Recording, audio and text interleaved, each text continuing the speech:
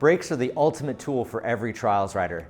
And to be honest with you, I haven't had the best brakes on my bikes. My New Year's resolution is to have perfect brakes for the entire year. And to do that, it means I have to dig in and overhaul the brakes on all 3 of my trials bikes. I've got rim brakes, I've got disc brakes, MT7s and HS33s. I'm gonna run you through all the different things you can do to perfect your brakes. Some of them maybe not so friendly on warranties, but necessary. And besides, if you're a trials rider, warranties are the last thing you're worried about. All right, I'm gonna fix up these bikes, get the brakes working perfectly, and then we'll finish off with a little session to make sure everything is dialed in. As we're getting started, just a couple basics to get you going. Wear some clothes that maybe you're not terribly fond of. There's a good chance you're gonna get hydraulic fluid on them, especially if this is your first time. Next thing you're gonna need is a T25 wrench. For some reason, Magura insists on using this little star bolt for pretty much everything, and one of these tools is gonna help you out a lot, especially the longer one like this, because the Allen wrench version, you bang your knuckles a bunch. So get one of these guys. I'll link to this below, by the way. Last thing you need is a bleed kit. You can find these online. I'll link to this as well. Basically has all the pieces that you need to connect to the brakes so that you can pull the air bubbles out and fill them with hydraulic fluid. So, quick recap. You need hydraulic fluid, T25, and a bleed kit. Oh, and yeah, definitely some clothes you never want to see again. That should be enough to get you started. Let's dive in. As I stated earlier, I'm going to cover all of the different ways you can deal with your hydraulic brake setups. I'm going to show you how to top up your hydraulic lines, bleed disc brakes, cut hydraulic lines, reinstall them, bleed rim brakes, and how to grind your rims. Each approach has a few nuances, but the key thing to remember is to keep your brake pads away from hydraulic fluid at all times. I would also recommend a healthy stock of hydraulic fluid or mineral oil if you can't get your hands on proper Magura fluid, because the only thing that makes bleeding hydraulic brakes more stressful is running out of the brake fluid that goes into them. Let's start with the fastest, easiest, and most convenient way to sort out your hydraulic brakes. Say they start to feel a little spongy, or you did a bleed on them, but maybe they're not perfect or topped up all the way. This is the fastest way to add fluid to the line, pull out air bubbles, and top off the fluid without opening up the entire brake. Start by twisting your lever until the bleed screw is at the highest point on the handlebar.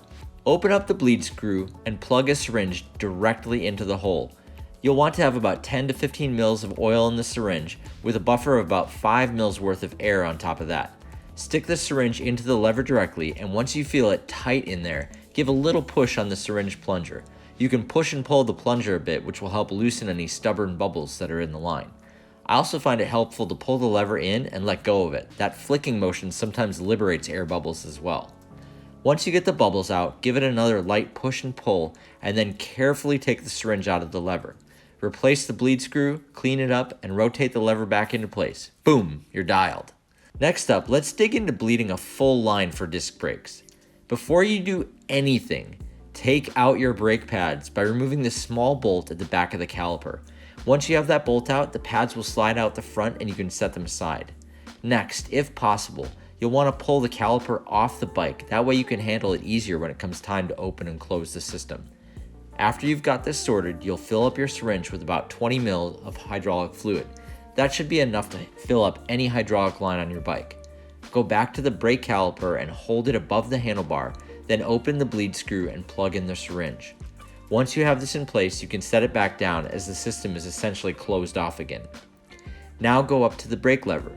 Rotate it up so the bleed screw is at the highest point and carefully open it up.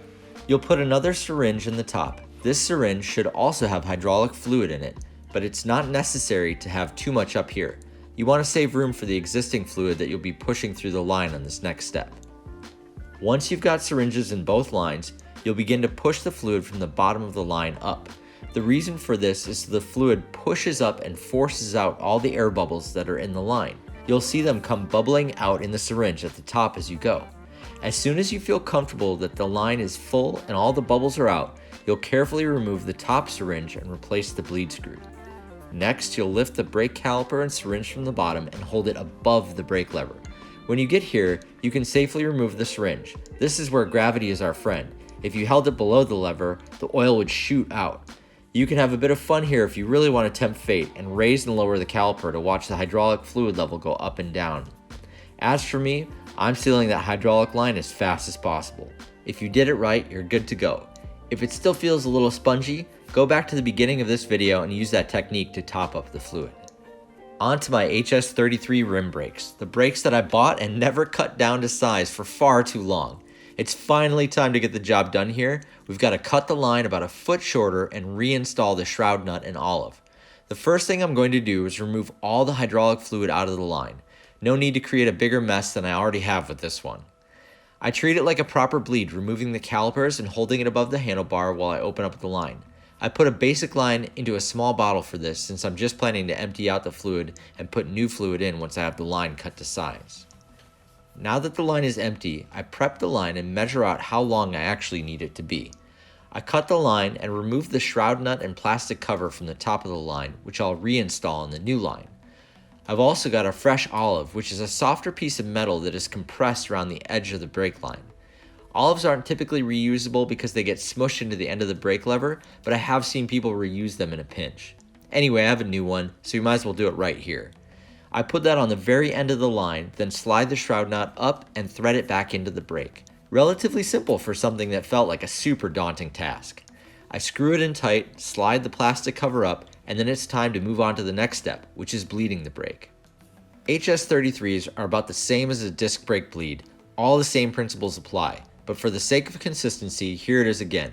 We put about 20 to 30 mils of hydraulic fluid in the syringe, which attaches to the brake caliper. After that's sorted, move the lever up on the handlebar so the bleed screw is in the highest point and connect your other syringe. Since the line is empty and we're just pushing out air, I opted in this case to pull the plunger out of the syringe. Personal style more than anything, you could leave it on there and just watch the syringe fill with air.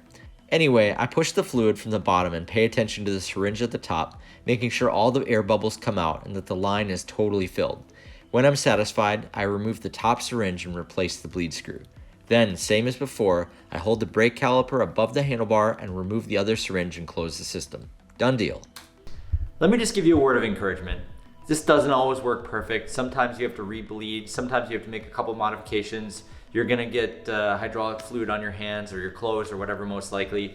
The most important thing is take the pads out and just be ready. It's a little bit frustrating sometimes, especially your first time.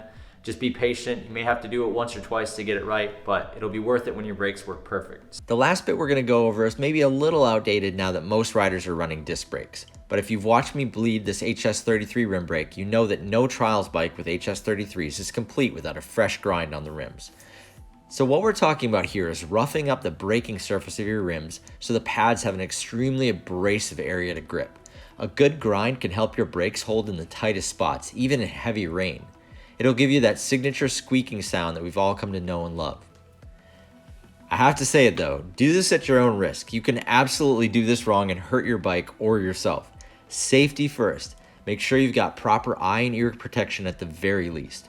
I've got an angle grinder here, and the process to grind your rims starts by taking off the tires of both wheels.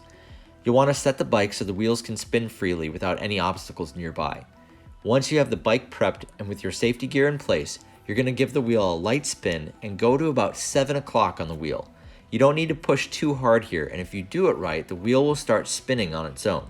This is important because you don't want to go too heavy in a single spot. The grind should be evenly spread across the entire braking surface of the rim. Just lightly apply it here and stop to check your progress every 5 to 10 seconds. You don't need to go super crazy on this, you're just roughing up the surface, and everyone has their own preference once they get a few grinds in. A grind like this should last for a while. Don't forget that you're actually grinding metal off of your rims, so too much grinding could absolutely cause the wheels to fail at some point. Play it cool. It goes without saying that no manufacturer condones this type of grinding, so expect warranties and all that to go out the window once you've taken an angle grinder to your bike, obviously. We're starting the year off right. New Year's resolution is to have perfect brakes on every single bike. We've bled, we've fixed everything we possibly could, we've done some grinding, pretty much dialed in at this point, so the next thing to do is actually ride these bikes. I've got a special filmer and editor for this next bit. Check it out. Today is a special day because Tegan is gonna shoot and edit this entire thing. Heyo.